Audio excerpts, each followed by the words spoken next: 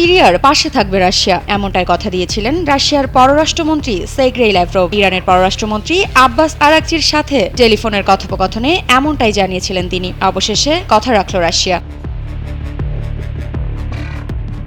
Aleppo নগরীর অর্ধেকের বেশি এলাকার দখলে নেওয়া বিদ্রোহী গোষ্ঠী হায়াত তাহরির আল শামের যোদ্ধাদের লক্ষ্য করে বিমান ও ক্ষেপণাস্ত্র হামলা চালিয়েছে রাশিয়া। সিরিয়ার প্রেসিডেন্ট বাশার আল আসাদের সমর্থনে সিরিয়ার এই বিদ্রোহী গোষ্ঠীর বিরুদ্ধে রুশ সামরিক বাহিনীর চালানো হামলায় ব্যাপক হতাহতের ঘটনা ঘটেছে। 1 ডিসেম্বর রাশিয়ার রাষ্ট্রায়ত্ত বার্তা সংস্থা তাস নিউজ এজেন্সির এক প্রতিবেদনে এই তথ্য জানানো হয়েছে।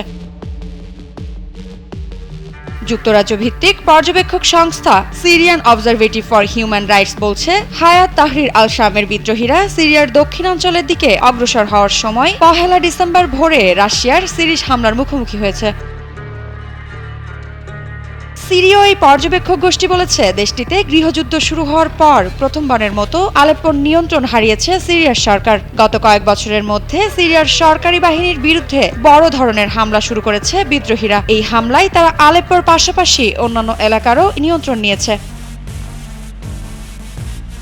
সিরিয়ার Russian centre for the reconciliation of the enemy parties বলছে, আলেপ্পো এবং ইদলিব প্রদেশে বিদ্রোহীদের আস্তানা, কমান্ডো পোস্ট, অস্ত্রাগার লক্ষ্য করে ক্ষেপণাস্ত্র ও বোমা হামলা চালিয়েছে রুশ বাহিনী। গত বুধবার থেকে শুরু করা রাশিয়ার এই হামলায় প্রায় 300 বিদ্রোহী যোদ্ধা নিহত হয়েছেন।